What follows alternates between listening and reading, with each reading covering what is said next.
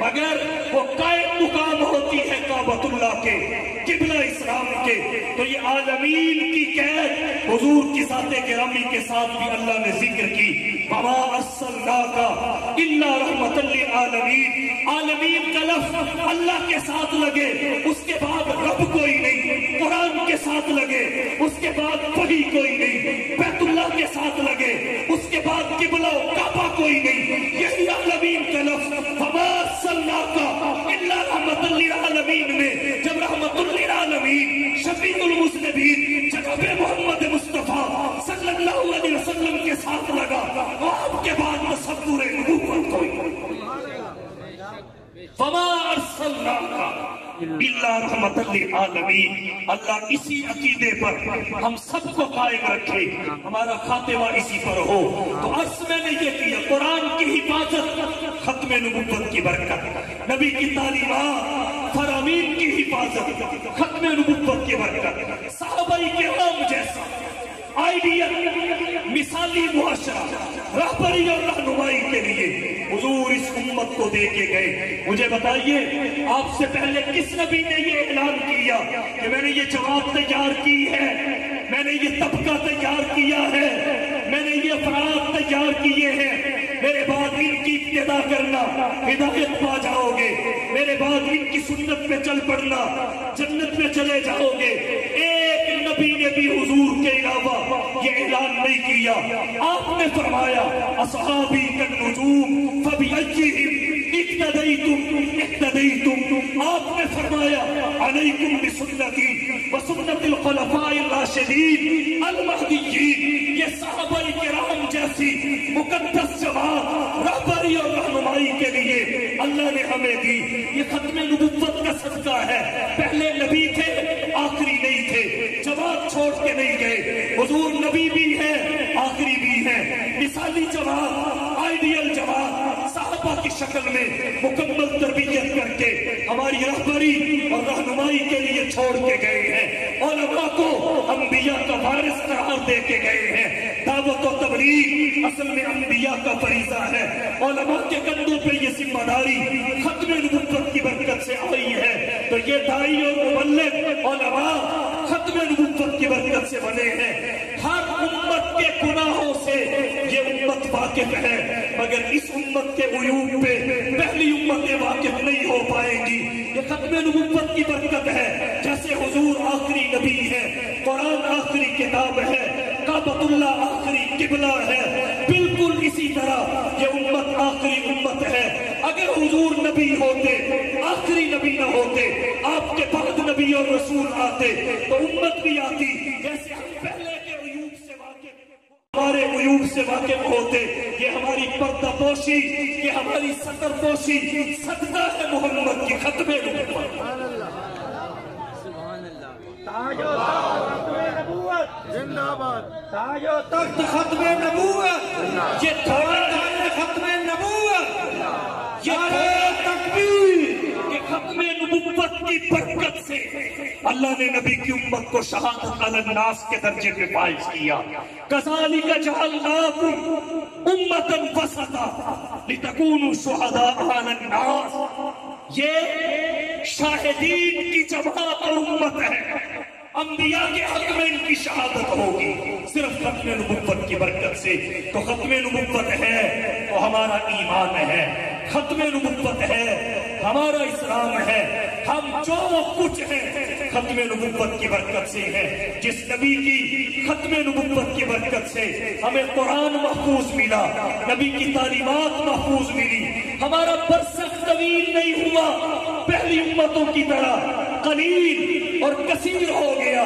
جو آدم کے زمانے میں رخصت ہوا وہ آج تک برزخ میں ہے، ہم روئے زمین پہ ہیں، سطح زمین پہ ہیں۔ اس امت کا برزخ سب سے چھوٹا، دعوت و تبلیغ کا منصب اس امت کے سپرد، شہادت علی الناس کا منصب اس امت کو عطا ہو گیا۔ تمام انبیاء پر ایمان لانے کا اجر و ثواب اللہ نے اس امت کو عطا کیا، یہ سب ختم نبوت کی برکات ہے۔ تو جس ختم نبوت نے ہمیں اتنا نوازا، اب ہماری بھی تو کوئی ذمہ داری ہے اس ختم نبوت کے لیے، اور وہ ہماری ذمہ داری یہی ہے کہ ہم ختم نبوت کے تحفظ کے کام کرنے والے ان افراد کا دست و بازو بنے، اور انہیں یہ احساس دلائے کہ یہ آپ کا کام نہیں ہے، میرے رب کا کام ہے، اور ہم سب رب کے بندے ہیں، اور محمد سب کے نبی ہیں، اس لیے ہم سب آپ کے شانہ بشانہ ہیں۔ یہ کسی پہ احسان نہیں ہے، یہ کسی پہ کوئی کسی قسم کا احسان چڑھانا بنتا بھی نہیں ہے۔ اپنے نبی کی محبت اور اپنی آخرت کے لیے، احسانات کی شکر گزاری کے لیے ہمیں حضور کی ختم نبوت کے لیے ان کے شانہ بشانہ ہونا چاہیے، اور جہاں ختم نبوت کے تحفظ کے لیے ہماری ضرورت پڑے ہم پیش نظر آئیں۔